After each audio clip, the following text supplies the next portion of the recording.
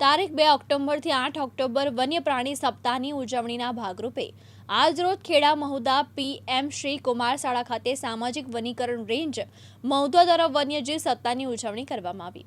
Mahudha PM Shri Kumar શાળાના આચાર્ય કલ્પેશભાઈ શાહના માર્ગદર્શન હેઠળ નિબંધ સ્પર્ધાનું આયોજન કરવામાં આવ્યું હતું।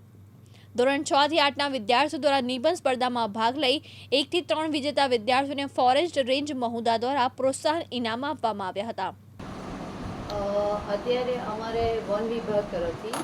ગુજરાત રાજ્યમાં આપણા મુખ્યમંત્રી શ્રી દ્વારા અને સરકારશ્રીની ગાઈડલાઈન મુજબ 2 થી 8મી ઓક્ટોબર તમામ વન વિભાગ ખાતે વન્ય પ્રાણી સપ્તાહની ઉજવણી કરવામાં આવે છે। અને એના અંતર્ગત આપણે જે શાળાઓમાં આ પ્રમાણે જે કાર્યક્રમ કરીએ છીએ જેનાથી બાળકોમાં અને આસપાસની જે પ્રજા છે એને જાગૃતતા ફેલાવવાનો એક આશય છે એની પાછળ, જેનાથી એમ કે અત્યારે સામાન્ય રીતે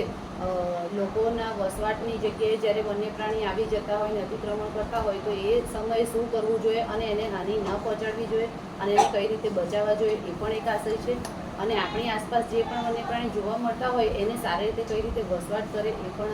એની સાથે સંલગ્ન રહીને એને સારી રીતે વસવાટ કરી શકે, રાખી શકાય નહીં। અત્યારે જે વિદ્યાર્થીઓને નિબંધ સ્પર્ધાનું આયોજન કર્યું છે અને એ સંદર્ભે આપ જે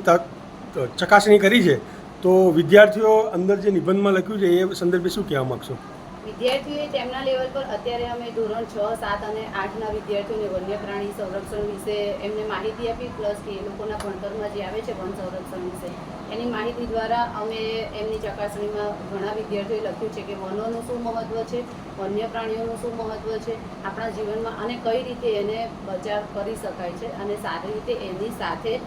વસવાટ કઈ રીતે કરી શકાય છે એવા વિષયો જેમણે લખ્યા છે એમને 1, 2, 3 નંબર આપીને અમે એમને પ્રોત્સાહન પૂરું પાડીશું કે જેથી આ વિષય પર એ લોકોને આગળ પણ વિચારસરણી બીજા એમની આસપાસ જે રહેતા હોય એમને જાગૃતતા ફેલાવી શકે। જિગ્નેશ સોઢા, દિવ્યાંગ ન્યૂઝ, મહુધા, ખેડા।